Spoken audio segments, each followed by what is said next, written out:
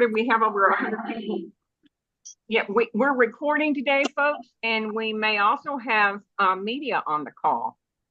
So bear that in mind. So anyways, my name is Jennifer Greer, and I'll be your host today. This is the 6th year in a row that I've had the privilege of working with leading activists and advocates in the state to organize this virtual Zoom preview of our upcoming legislative activities. So I want to thank the team today. I want to thank Shannon Haddock of Mad Make a Difference, who is managing our chat room. I want to thank Megan Cheek of HIVE, Alabama, who handles our Zoom registration and tech. Kristen Rezick, also of HIVE, and Michelle Adamo, also of HIVE. Kristen helps with our social media, and so does Michelle. So anyways, thank you, team. We invite you to follow MAD on Facebook, MAD Make a Difference on Facebook. We have a public page. And HIVE on Instagram. You can also sign up for what I think is one of the best e-newsletters in town through the HIVE electronic newsletter through its website. And I think Shannon may have those links in the chat for MAD and HIVE. Just a reminder, if you're not a speaker today, you may want to be on mute. You may want to be on mute just so you don't have an accidental conversational leak. So we have more than 100 people registered. We are excited. This is the first day of the Alabama session, and that shows a great deal of interest in what's happening in Montgomery. This session this year runs, as per dictated by law, runs 30 meeting days and over 105 calendar days. Some estimate that the final day will be April 27. Others are saying that it will be March 27. Lawmakers are reportedly in a hurry this year because of the midterms elections, and they will be wanting to get back to their districts to campaign. One note about elections before we start, the other big news about January this year is that it's open season for qualifying for public office in Alabama. Qualifying to run in the May 19th primary for whichever party, and the general election for November 3rd. If you want to run for public office for either political party, you need to file your paperwork before Friday, January 23rd. So you need to hustle. All of the major statewide offices from governor down to public service commission are up for grabs. Our midterms are a very important election in Alabama because of the importance of these statewide offices. There are always surprises in January qualifying season. For example, when you have popular candidates like software developer Elizabeth Anderson drop out of the congressional race in the 6th district, which is the district surrounding us here, or to the northeast and south of us in Birmingham, moving on to Shelby County and on down to Montgomery. When you have people like Elizabeth dropping out of that race, it creates opportunities for others to get into the race. So January is an interesting month for qualifying for midterms, in addition to being the opening of the legislative season. So keep that in mind. Today we're going to hear from leading activists from 8 different organizations who have worked with us, as I said, over the last 5 to 6 years. They cover policy issues and monitor bills, good and bad, across a broad swath of concerns that we all have about better government and better policy in Alabama. They do not, of course, cover all of the issues you are concerned about today. But I think when you get done with our call today, if it's the first time on it, or even if you're a veteran, you will see that these organizations open doors for you to access a variety of actions that you can take on problems that you're concerned about. So, and also we do intermittent Zooms on issue-related Zooms, reproductive health, immigration. So watch for those when there is a really hot issue in Alabama, we try to be receptive to that and step up to the plate with a more of a thematic Zoom. Two links to think about before we get started. During the session, you can watch the lawmakers in action, if you choose to do so, at the Alabama channel. And Shannon has that link in the chat. And you can also find important information, legislators' contact info, committees, bills, schedules at the state legislature's website. It's called Allison.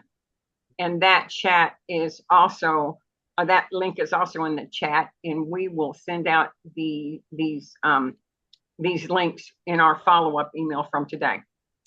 Okay, so we're going to get started today and try to stay on time. We're starting with Rebecca Rothman of Rapid Action Team. This is Rebecca's first time on our preview call, and we're delighted to have her.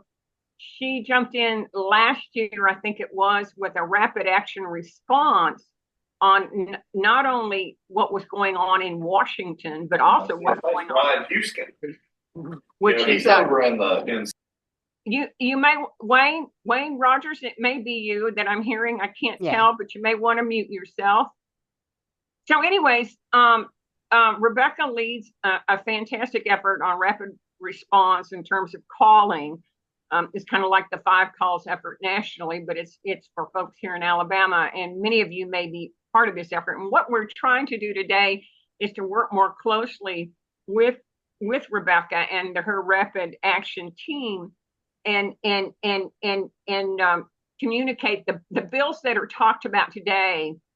We're going to try to organize those in good bills and bad bills so we can be monitoring them more strategically. So after that, take it away, Rebecca. Can you tell us more about rapid action and what you hope to do with the Alabama legislature?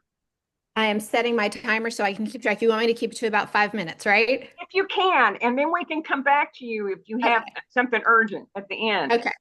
Okay. I'm thrilled to be here. Thank you, Jennifer and team, for including me. For those of you who don't know me, I am Rebecca Rothman. I am here representing Birmingham Indivisible. And a late-breaking update, we were always called the Rapid Action Team, but yesterday we have modified this because Rapid Response is now going to be referring to our pop-up protests, which you will be seeing all over the country and including here in Birmingham. So those rapid response protests are different from our daily action emails. So now when you see those emails, it's going to say daily action. So we have a new name, same exact system. What our team does is we send out emails 5 days a week. We have an awesome team with different daily captains. When the House is not in when the State House is not in session, we send out federal actions 5 days a week. We often will adapt that from 5 calls, or we will adapt it from Jess Craven, who is a wonderful resource. Her Substack is Chop Wood, Carry Water.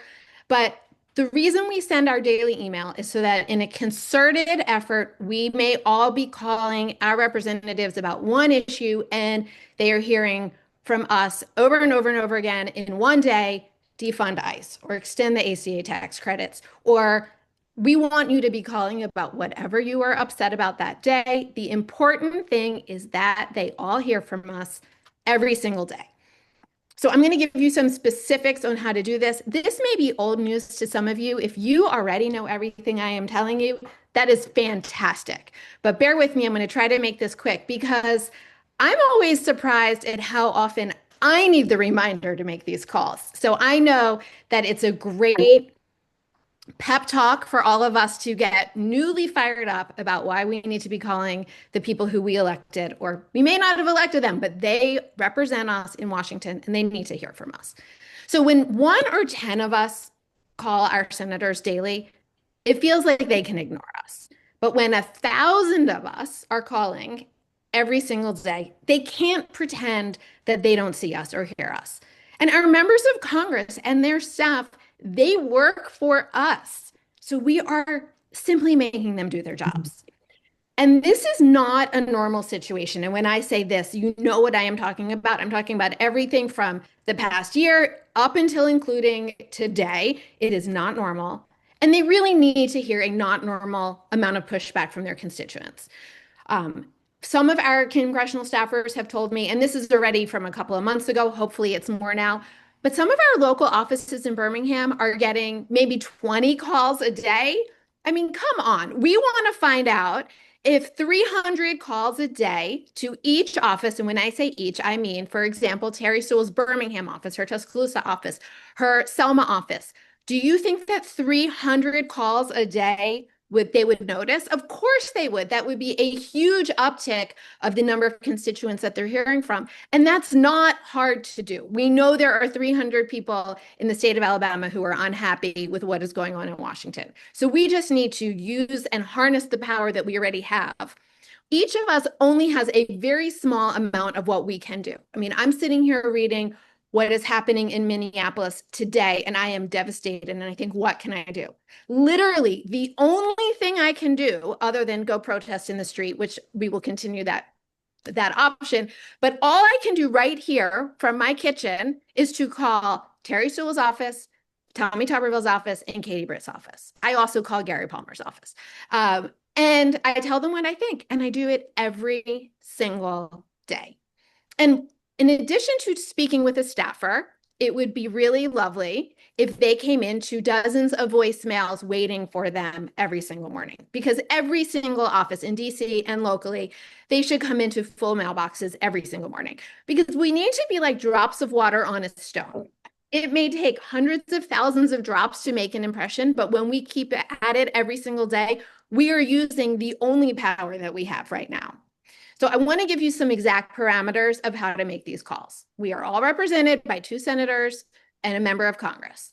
You can go to their website. I also, I know you know how to find them, but the trick is save their numbers in your phone. When I have it saved as politician Katie Britt, and then I have under that listing her DC office and all of her local offices. And I call DC, I speak to a staffer. Every single day I reach a staffer. Sometimes I get voicemail and then I call back a few minutes later, but she has staff and they will answer. Now, I very rarely reach staff at Tommy Tuberville's office. I don't know where his staff is, but they are not answering the phone. But Katie Britt's office, you will reach staffers. They're very polite. They never argue with me. Occasionally, some of the congressional staffers will argue with me, but part of the trick in this is realizing these are 22-year-olds. If they are arguing with you, it's because maybe you are not able to persuade them. That's okay. Then you just say, you know what? I didn't call you to argue with me. I called you so that you can give my message to the congressman.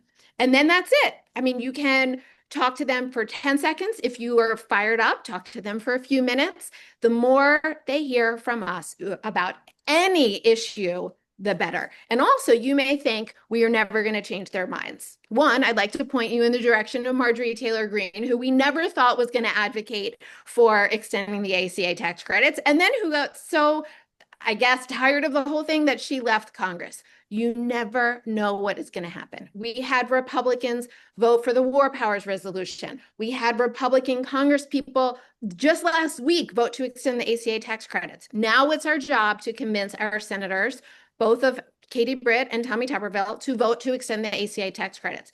I am reading that there is movement among the Republican delegation in the Senate to extend those tax credits. So that I try to focus on the things that they are swayable on.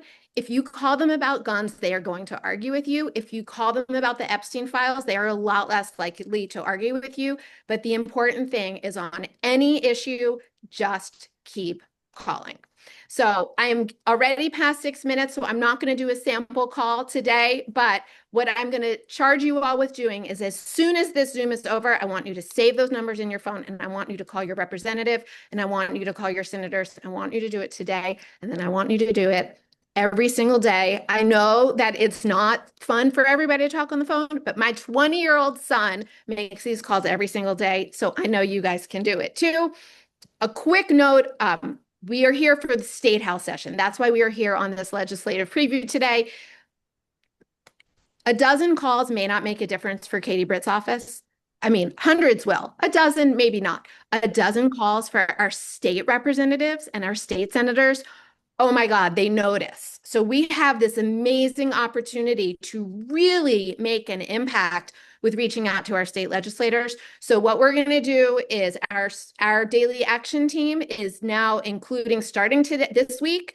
We have Wednesday is State House Action Day. What I do is I adapt the League of Women Voters amazing Take Action Tuesday email. We have some highlights from it's like a digest, what we send out on Wednesday morning. So please subscribe to our daily action email. Megan's going to pop it in the chat. Is info@Birmingham Indivisible.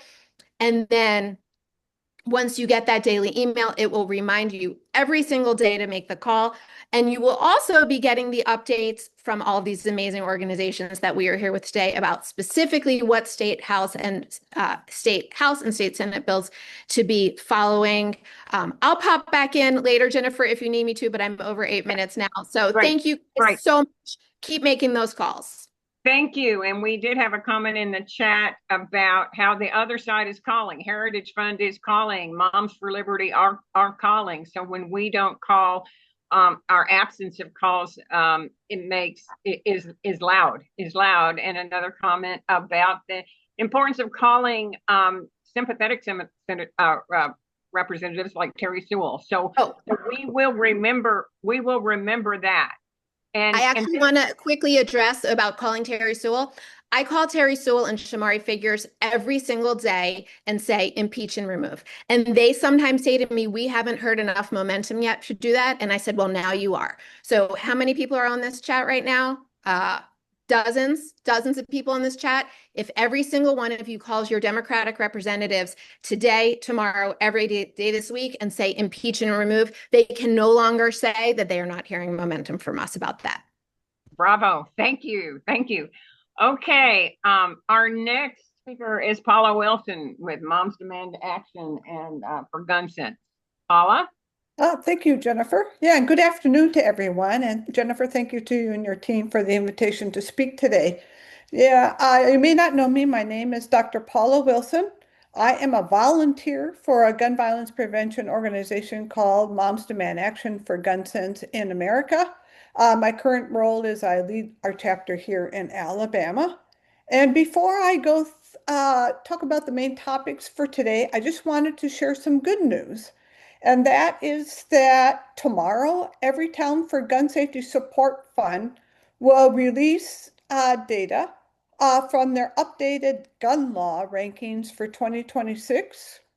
This is, you will have access to an online tool and website that ranks all 50 states based on the strength of their gun laws and catalogs gun safety laws state by state. And the new analysis, Everytown found that Alabama ranks 28th in the nation for comprehensive gun laws, rising 6 spots from last year. So this improvement is a direct result of legislative actions taken last year, and the new laws that have been enacted represent the most significant improvement to Alabama's gun safety framework in recent years. And as I said, this will be formally released tomorrow. Great. And I guess you're talking about the bill last year about the Glock. Yeah, not just that. There were other improvements too. It was a very significant session last year. Okay. And we could talk more about that later. Well, we have been hearing that there's a goal this session to minimize controversy so the session can end as soon as possible. So it is probably no surprise that only one firearm bill has been filed. That was this morning, and it's more consumer protection bill.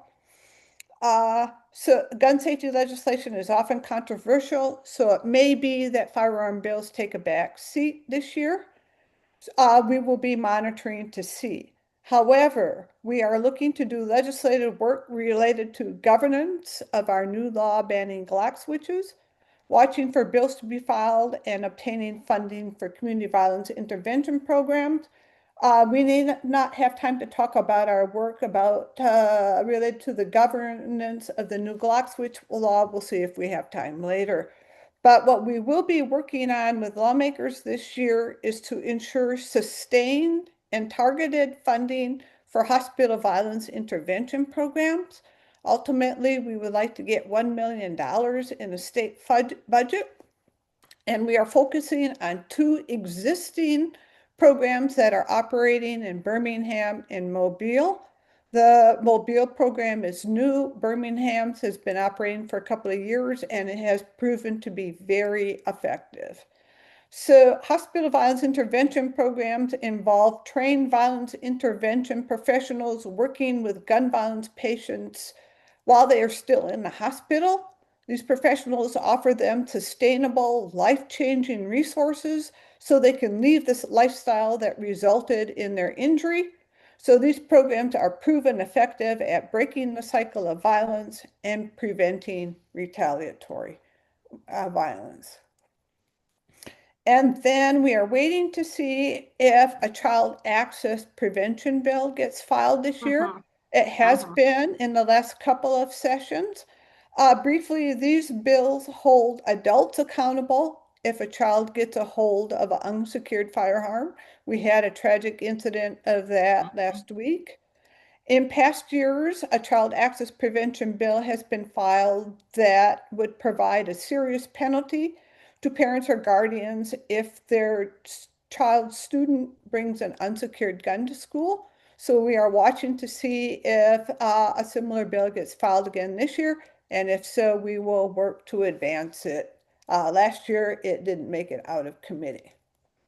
Yes, that Blount County case was troubling, it as well as the response of public officials, which seemed to be that the child access prevention effort was almost a non-starter with some of them. So, but anyways, we it's not a non-starter with us, and we appreciate you, Paula. Yeah, Thank you. We're hoping that works. And then finally, Moms Demand Action is pivoting our work with state lawmakers and working with Representative Jeremy Gray to pilot an approach to reducing violence that is community-led. This work is a regional conflict resolution and violence prevention initiative for East Alabama, my community. So this initiative originated with Representative Jeremy Gray. He approached Moms Demand Action with the idea and asked us if we would partner. And after discussions and analysis, we were very glad to do so. The partnership has now grown. We have a consortium of community organizations working on this initiative with Representative Gray. The goal is to unite community organizations, advocacy groups, residents, and local leaders across East Alabama to prevent violence before it starts. The focus is on conflict resolution, mediation, and early intervention with the aim to reduce violence and retaliatory incidents, build community trust, and create safer places for all residents. With this effort, we are piloting a new approach for violence prevention in Alabama communities that are different from urban centers that are outside major urban centers. Because areas like East Alabama are different from urban centers in that we have a lot of cross-county violence. We have rural-urban dynamics, and we have pretty limited mediation resources. So because we do not have a concentrated population experiencing violence, a regional coordinated approach can address these issues more effectively than isolated city-based approaches. So currently we have our partnership working in Lee, Macon, and Russell counties within this consortium. So once our communities decide what violence preventions they want implemented, we will be approaching our bipartisan regional delegations of state lawmakers and elected officials to seek support and funding of mediation and conflict resolution programs. And Representative Philip Ensler has been working with us in our efforts. He has been educating us about conflict resolution programs he helped implement in his district. Great. Wow. And I'll leave it at that. If there's time, we can talk about governance later. Thank you. Thank you. Sounds like you're attacking it from all angles. Wonderful. Krysti Shallenberger from Read Freely, Alabama. Krysti, can you bring us up to date on what's going on the library and the book banning and fights against book banning? Absolutely. And I'll try to keep it super brief, mindful of the fact that we have a very limited time and there's a bunch of more speakers coming after me. So right now, top of mind, Senator Chris Elliott has refiled his library board politicization bill. It aims to essentially create a coercive reporting requirement in addition to allow government entities to remove library board members for any reason.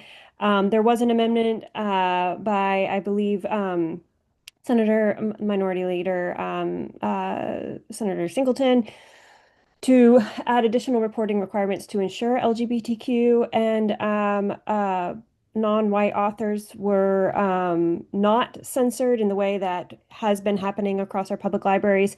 We deeply appreciate his efforts, but we also believe that the entire bill will just add additional government-sanctioned censorship and chill free speech and libraries collection development processes to be inclusive of all Alabamians, not just a very loud minority. So we're keeping a close watch on that. We have a take action page on our website. We have been sending out emails and posting on all our socials. So please stay up to date on those so you can call or email your state senator about this bill. Finally, we have the Alabama Public Library Service board meeting on January 15th from 1 to 4 p.m. in Montgomery. We would love to have people come and attend. Today's the last day to sign up to speak. Details you can find on our social media page. The Alabama Public Library Service Board is discussing their newly created Chief of Staff position, which it seems to be more like a position designed to enforce compliance with their new gender ideology amendment that they passed, which will essentially restrict or ban purchase of books dealing with the very vague term gender ideology.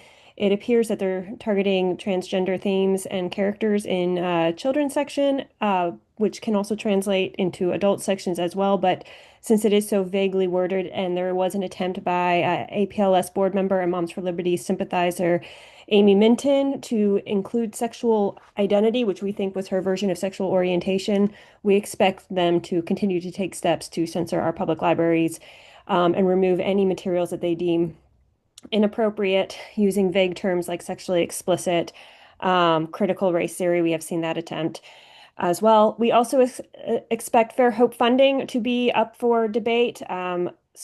John Wall, who's the ALGOP chair, as well as the chairman of the APLS board, is currently reading all the books that Moms for Liberty continually wants removed and restricted in our public libraries after overriding the public library board, their decision to keep some of those books in the appropriate section. And we expect that a decision will not be made, or if it is, it will be to continue to withhold funding from the Fairhope Public Library. They already dispersed half the funding earlier this year without giving prior notice, despite holding a meeting before that funding was dispersed. However, the Fairhope Public Library has raised more than enough money to offset that funding gap. However, while Fairhope continues to be kind of the ground zero over the library battles right now, we are keeping an eye on our rural libraries who will be the most impacted by by the stacked board holding funding hostage. So that is what I have for y'all. Thank you. That's a great quick wrap up. And one of the downsides to the wonderful story about Fairfield Public Library raising that money is that it seems to try to force libraries in a privatization direction. Kind of almost, on a worst case scenario, the end of public libraries. And so this is something we really need to think seriously about, not only this spring, but next November when we go to the polls in Alabama. Oh, thank you, Krysti.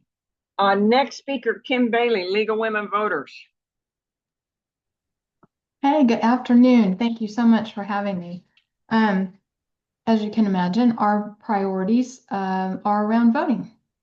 And so this year, we are focusing on election integrity and ways that we can work to improve that.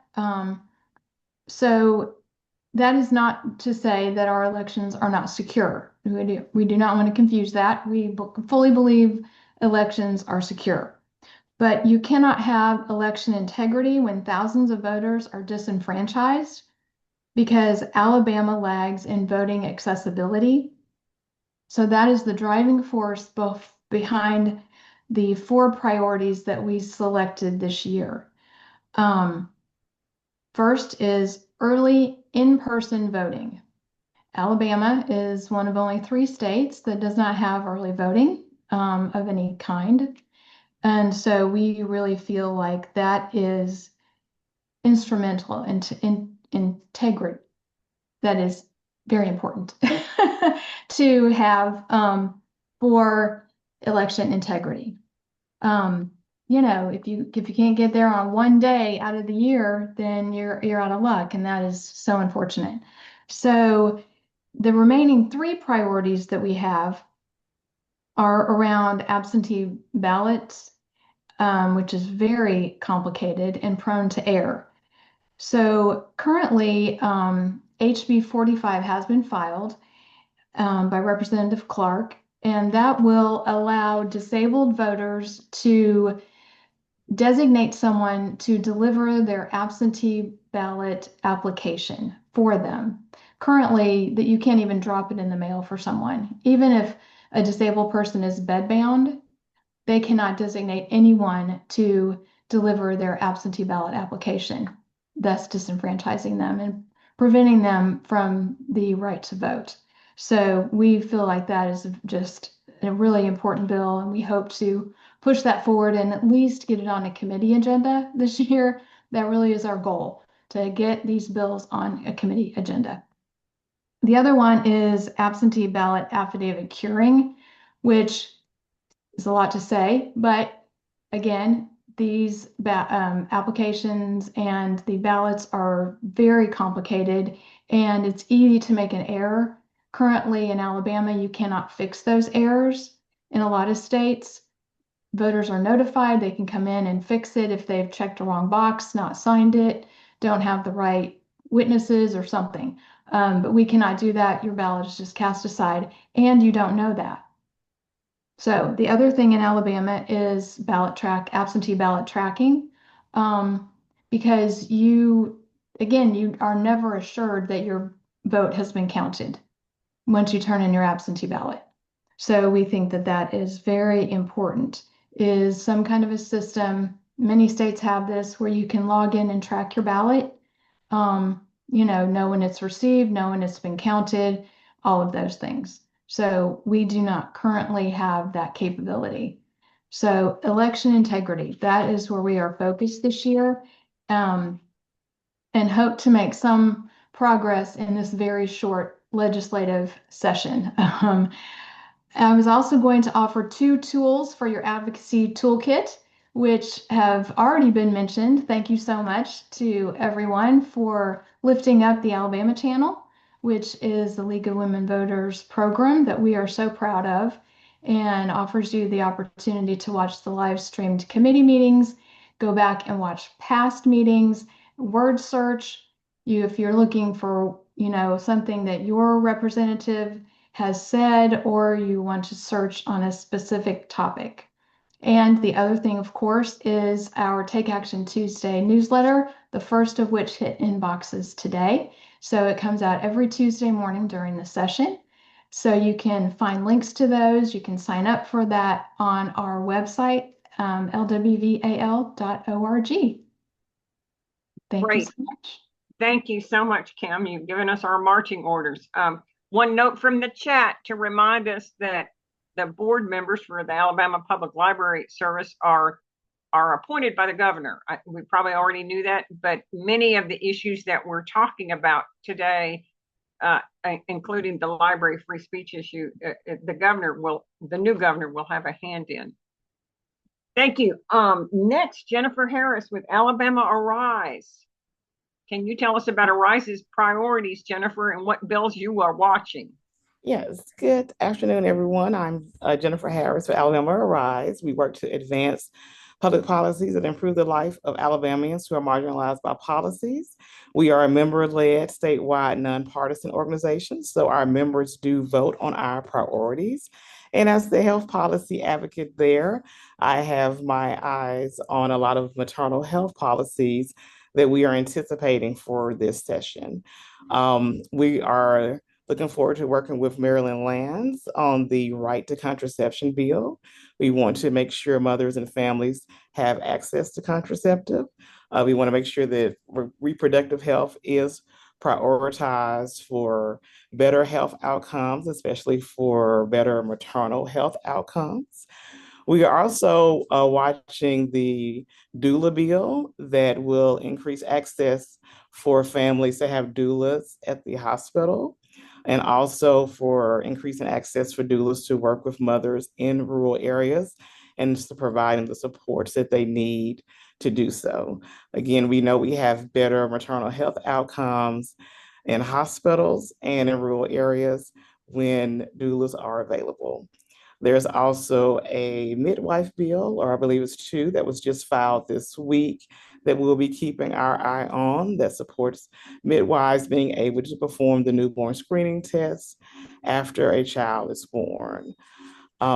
Other bills that are in the works, the Women's Cares Act, which was filed last year, has been filed again.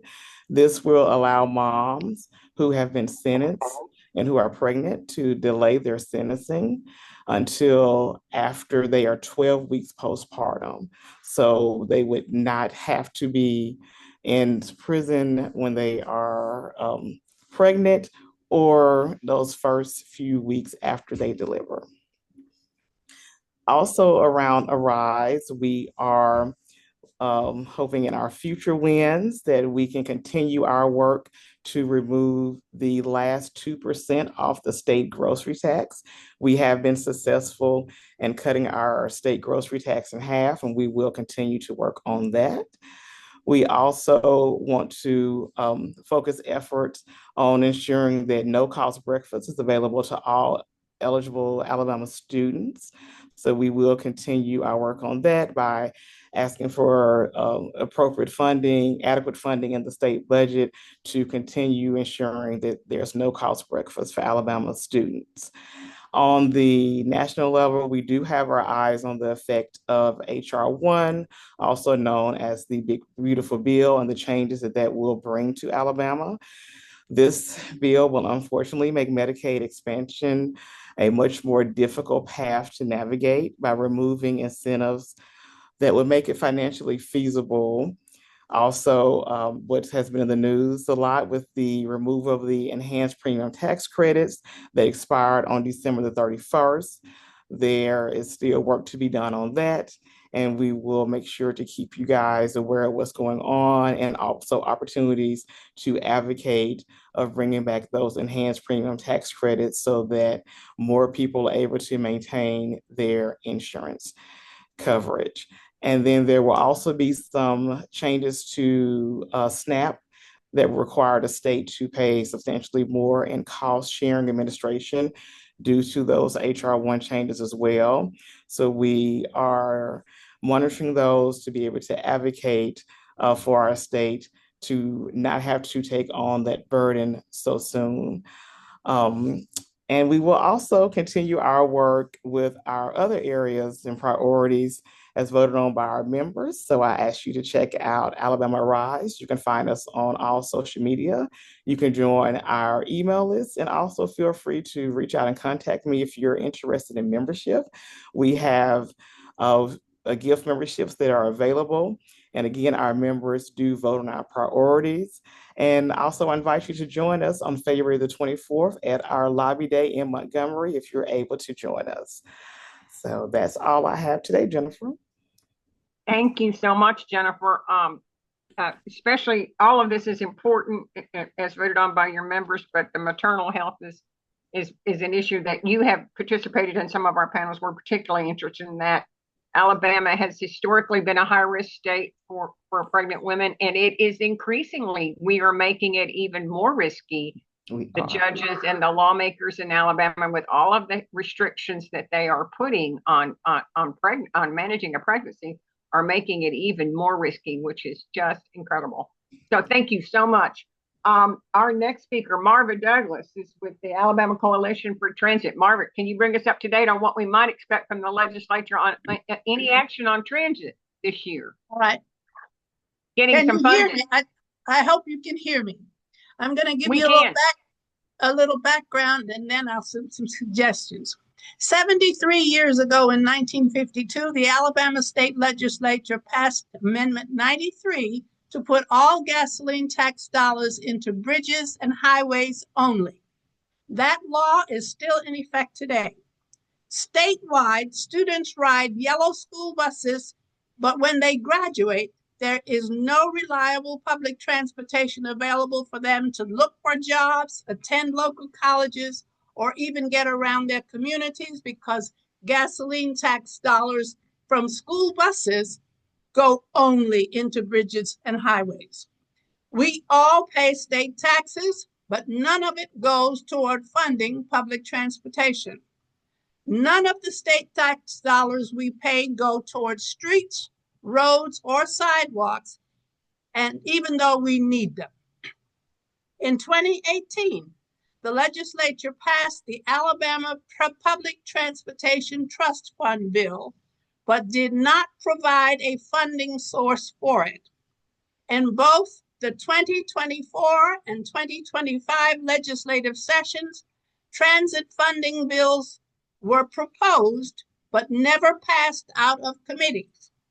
Both bills had proposed collecting a $5 fee on car tags purchased in the state to fund public transit. Neither bill got out of committee. The new legislative session begins today. Hopefully, a funding bill will be proposed and hopefully passed to fill the empty public transportation trust fund. We need to help get that started. We should contact our legislators on behalf of the many students and elderly folks who really need robust public transportation. We need this in this state. After all, we all could use robust public transportation. So here's what we must do. Contact our legislators. Encourage others to do the same. Talk to groups and organizations about the savings we get using public transit. That would be $4 for every $1 we spend. Call our favorite talk show and have a discussion on the value of robust bus service to all citizens, including car owners. Make signs and share petitions about funding transit. Remind our church congregations that transit access helps them grow by giving folks without cars access to services. Remind our legislators transit is a boon for all. In the meantime, please visit the ACT website at alabamaact.org. Sign on to build an army of citizens statewide who want robust public transportation. Share the website with everyone you know. Please visit the Action Coalition for Transit website at alabamaact.org. Please help us make change. Please understand that I'm in a hurry about this. This May, I hope to celebrate my 87th birthday. So please do whatever you can so I can stop having to drive everywhere I want to go. Thank you for your time and attention. Thank you, Marva. We need to call that bill the Marva Douglas bill. That's not necessary. Actually, I think if we put you on advertisements, if we did a statewide advertisement campaign, I think we'd have a much better chance of passing that bill. Thank you so much for your talk today and for your dedication to this cause and all causes. We're lucky to have you. Thank you. Our next speaker, Charles Miller. Charles, Emily Northrop already gave us a hint about what you might be talking about, and it sounds exciting. Let us know what you were talking about today before the Birmingham City Council and other things that are on your mind. Charles is with the Alabama Rivers Alliance, which focuses on our fresh waters and our water issues, but you'd be surprised at all of the aspects of our lives that they are concerned about. Charles, I think you're with us, aren't you? I thought I saw you. Got on. I don't see him, Jennifer. Okay. If he's not on, then let's move to Elaine Burdeshaw, and then we'll come back to Charles.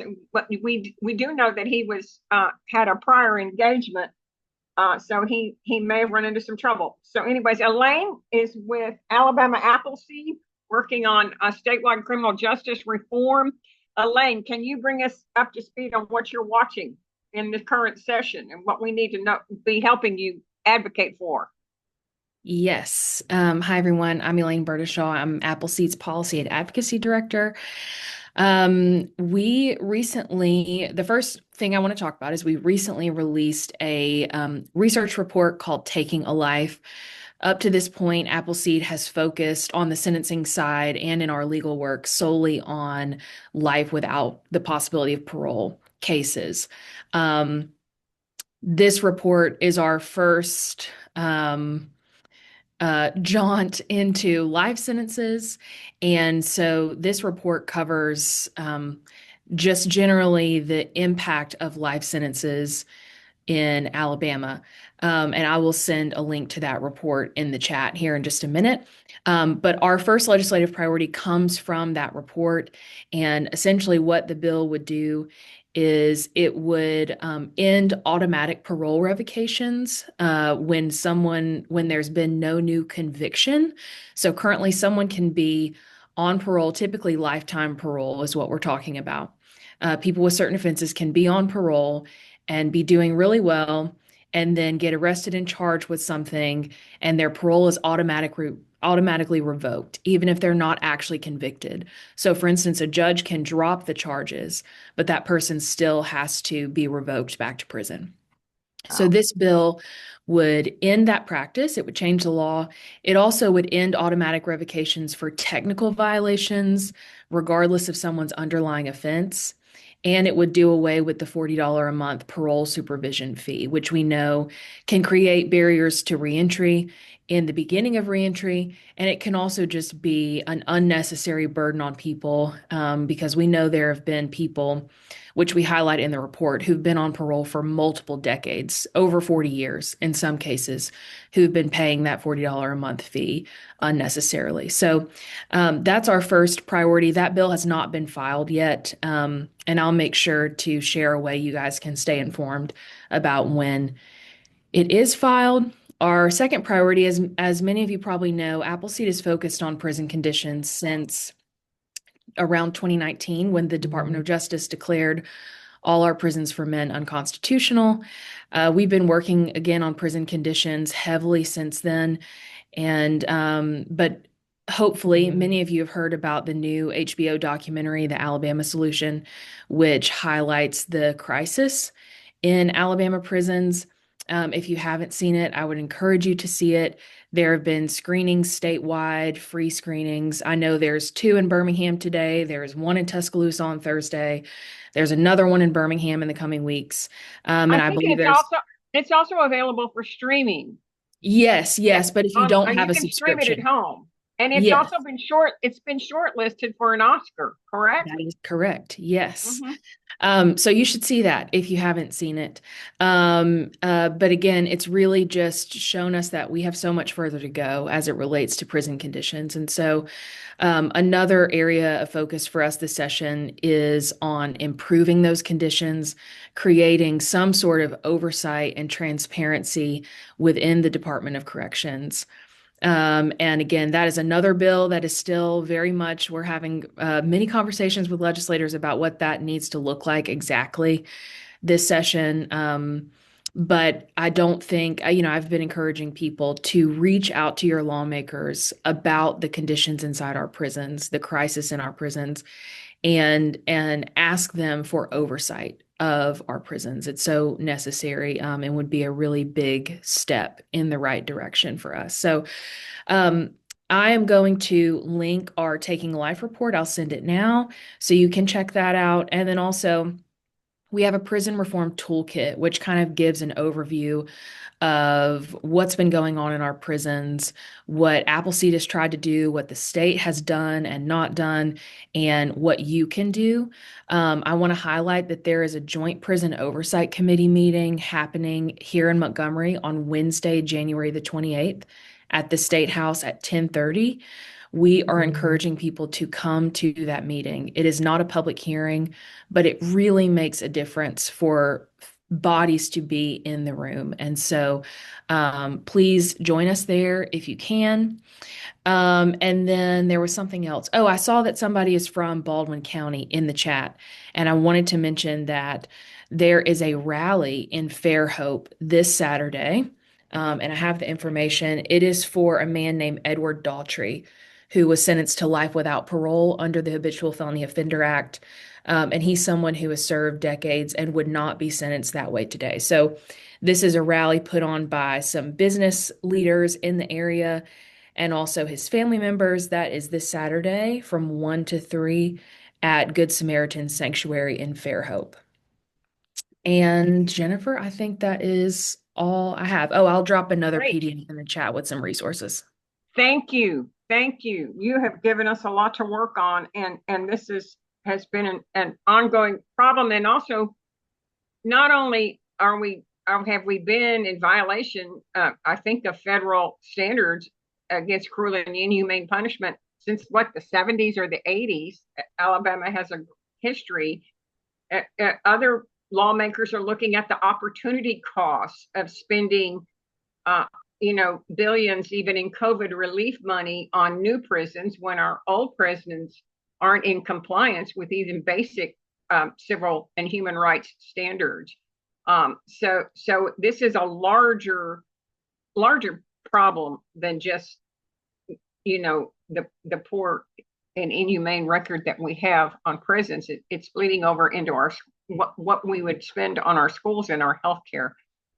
So it's a big, larger problem. Charles, are you on? Just checking to see if Alabama Rivers Alliance is on.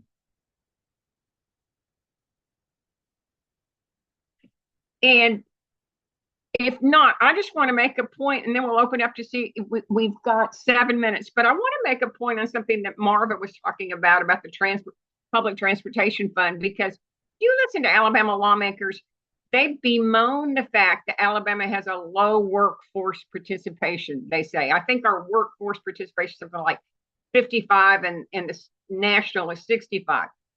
But do they realize how much it costs to buy a car, buy insurance for a car, maintain a car, and put gasoline in a car? No, they don't. And for pennies on a dime, we could be putting money in this transportation fund. So not only is that a missed opportunity, what they do instead of making a good policy decision is they go and they add work requirements to SNAP benefits. They add work requirements to Medicaid in an effort to kind of, on the assumption that people don't want to work, and that we can force them to. When we have an environment in our state where we have no public transportation, the minimum wage is still $7.25. We haven't raised the minimum wage in 15 years. We don't provide health insurance, and we haven't expanded Medicaid. And now we're putting work requirements on SNAP benefits. It's almost as if our lawmakers, in an attempt to force people to work, are creating this cascading effect of bad public policy that just further makes that not only disincentivizes work, it makes people poor. And I don't know, Jennifer Harris may have something to speak to that. I know those work requirements on SNAP and Medicaid, which studies show, I think they studied it over in Georgia, the state, right next door to us. They don't work. But anyways, some of the things that we're talking about today, the prison system is a larger issue than just prisons in terms of how it affects all of us.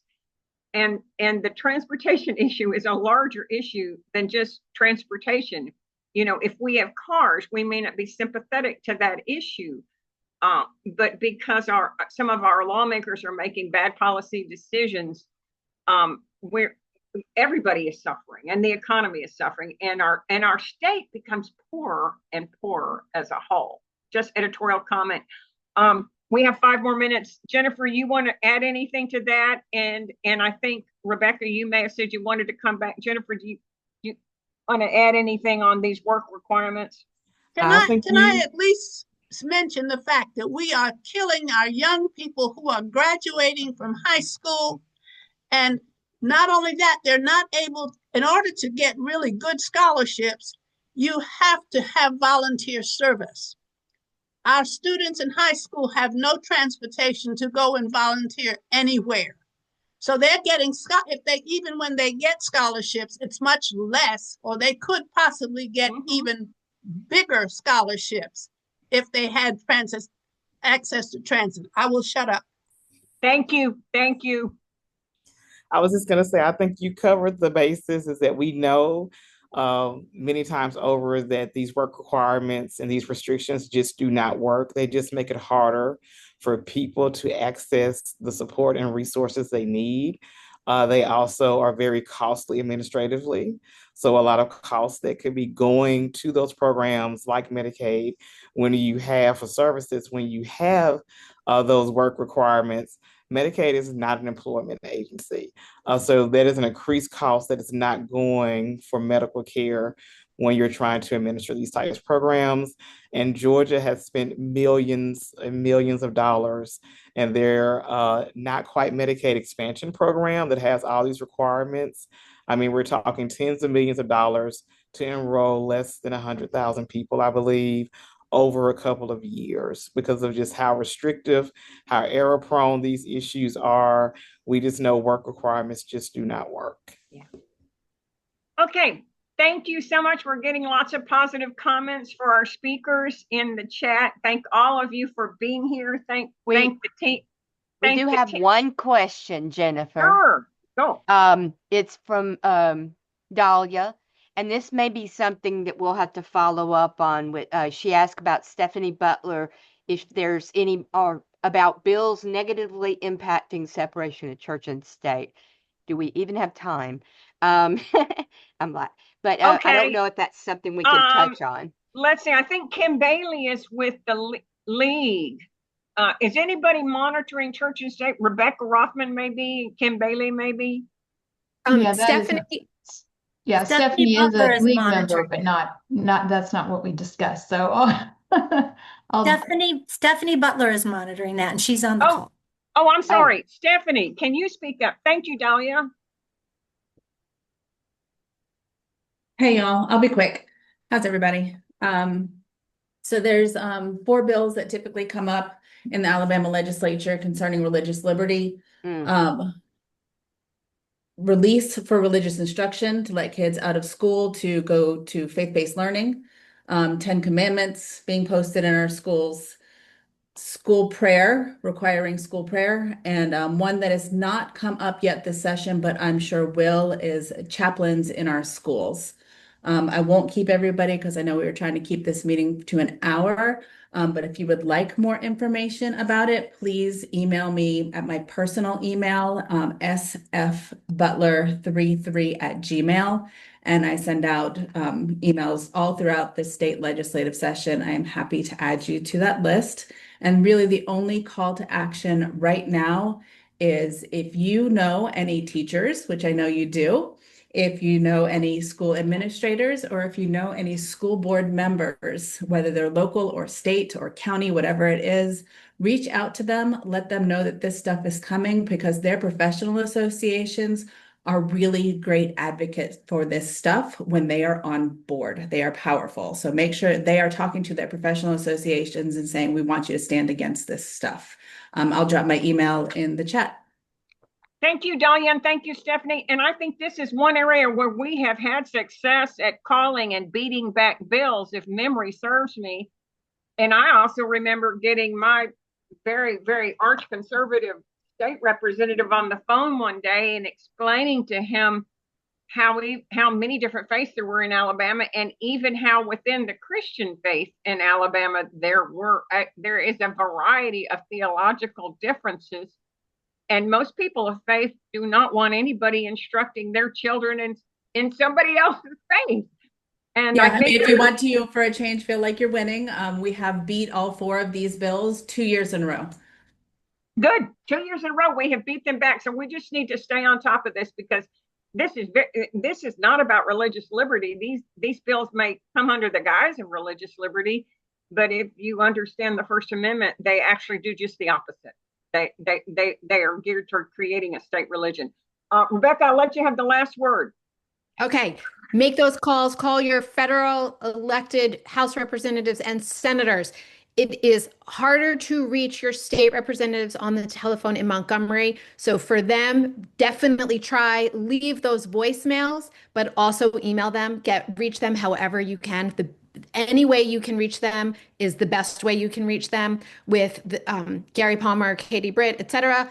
Talking to a staff person is the absolute best thing you can do. But with all of our elected representatives, they need to hear from us every single day. Thank you guys so much. Thank you. Well, thank you. And everybody, we do a Zoom review at the end of the session. So whether it's at the end of March or the end of April, watch for the HIVE Mad Zoom review. We'll be back with you and explore the highs and the lows. Thank you. Good luck.